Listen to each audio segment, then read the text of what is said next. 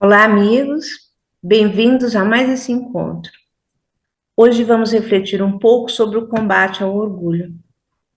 Na doutrina espírita, o combate ao orgulho é um pilar fundamental para o progresso moral e espiritual.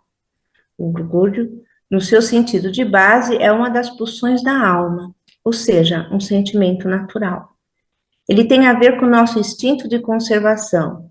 Por isso, algumas das suas acepções aponta para o sentido de dignidade pessoal, brio, amor próprio, satisfação por feito realizado. Mas, como todo sentimento natural inerente ao ser humano, o orgulho também pode adoecer. E isso acontece quando ele exacerba-se, tornando-se obstáculo para o nosso progresso moral e espiritual. Na codificação espírita, o orgulho é posto ao lado do egoísmo, de modo que ambos são tratados em associação.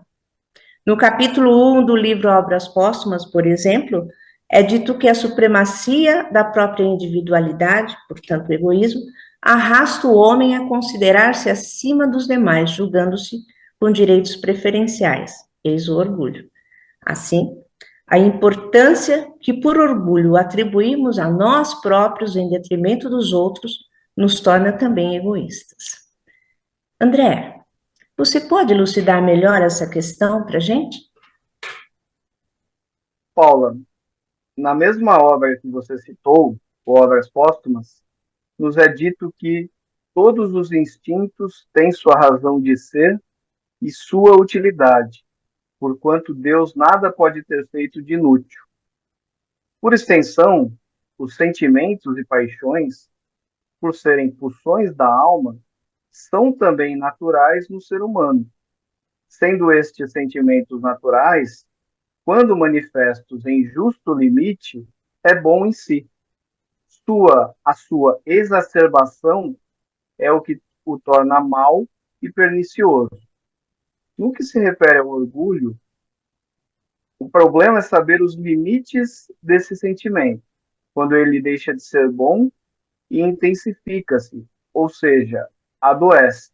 Por exemplo, eu tenho orgulho dos meus filhos, mas não posso achar que eles são melhores que os outros.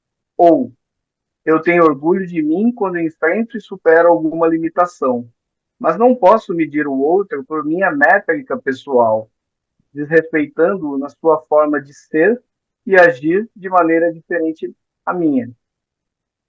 Um outro ponto importante a ser observado é que o orgulho se manifesta, muitas vezes, por meio de suas facetas: a inveja, a cobiça, o ciúme, a vaidade.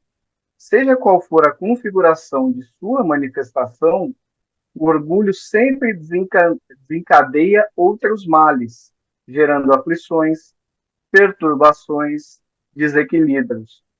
É por orgulho que acolhemos ressentimentos e mágoas, que dificultam o fluxo salutar da vida. É por orgulho que nos melindramos, deixando de aproveitar ocasiões de crescimento. Obrigada, André. A doutrina espírita nos alerta sobre a importância de nos empenharmos em combater o orgulho, porque ele nos impede de reconhecer nossas falhas e a busca por corrigi-las. Como podemos combater o orgulho? O que o Evangelho, à luz da doutrina espírita, nos orienta essencialmente sobre isso, Débora?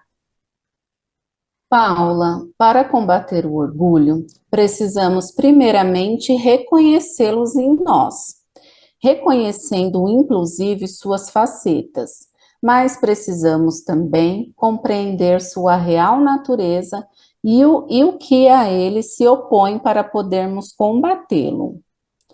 Por ser orgulho essa falsa ideia de superioridade que atribuímos a nós mesmos face ao outro, que é quem melhor representa a nossa exterioridade, precisamos, após reconhecer o quanto dele, do orgulho, conservamos em nós, mudar a postura da alma.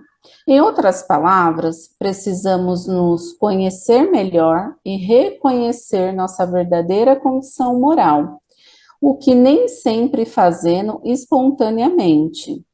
Feliz daquele que consegue olhar para si mesmo sem ter que passar reiteradas vezes pela dor, pela desilusão, pela frustração, porque são esses os pontos de contatos que tendem a impulsionar o despertar de nossos corações e mentes para essa necessária mudança de perspectiva. O Evangelho, à luz da doutrina espírita, nos permite compreender que o autoconhecimento é fundamental para o desenvolvimento de sentimentos e comportamentos mais salutares, mais virtuosos. No que tange ao orgulho, a virtude que a ele se contrapõe é a humildade. É, portanto, com o desenvolvimento da humildade que combatemos o orgulho. Obrigada, Débora. Marcelo, como o olhar mais voltado para nós mesmos pode nos ajudar a combater o orgulho? Qual a sua opinião? Vamos lá, Paula. É esse olhar que torna possível, por exemplo, perceber o quanto de orgulho move nossas ações em busca de elevação sobre os outros, atribuindo a nós mesmos uma superioridade ilusória, que muito nos prejudica. Pois o orgulho, além de ser a causa de muitos outros males, dificulta a identificação e correção de nossas dificuldades morais e, com isso, torna-se causa primária de sofrimento, retardando nosso avanço na trajetória evolutiva. É nesse sentido que a humildade se torna fundamental no combate ao orgulho, porque ela nos move para a nossa interioridade antes de se exteriorizar no nosso convívio com o outro. A humildade deriva do nosso reconhecimento da nossa real posição perante a vida e perante o universo. E na medida que vamos adquirindo clareza disso, vamos nos esvaziando das ilusões sobre nós mesmos, passando a valorizar mais as oportunidades de aprendizado e prática perante as experiências que a vida nos apresenta.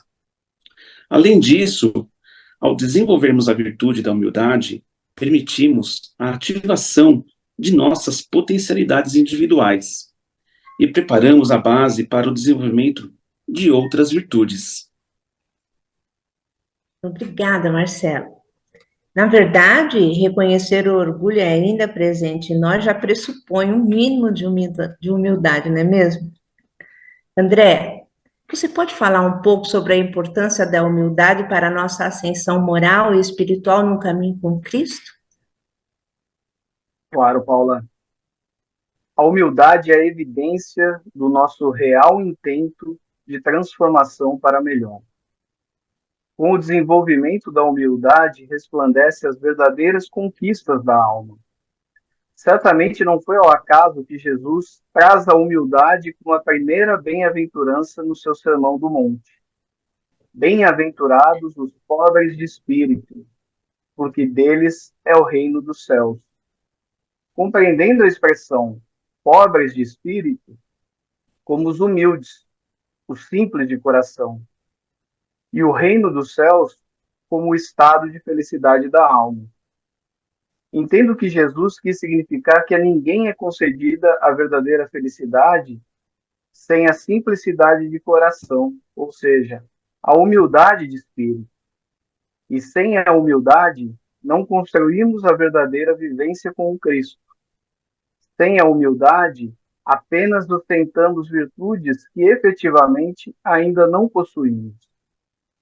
Obrigada. É o que nos diz o Espírito Lacordaire, no capítulo 7, item 11 do Evangelho segundo o Espiritismo, Paulo. Obrigada, André, pelo seu esclarecimento. Amigos, na doutrina espírita, as bem-aventuranças presentes no Sermão do Monte transcendem a mera promessa de felicidade futura. Elas representam um roteiro para a felicidade genuína, traçando um caminho de transformação moral e espiritual através do desenvolvimento de virtudes fundamentais.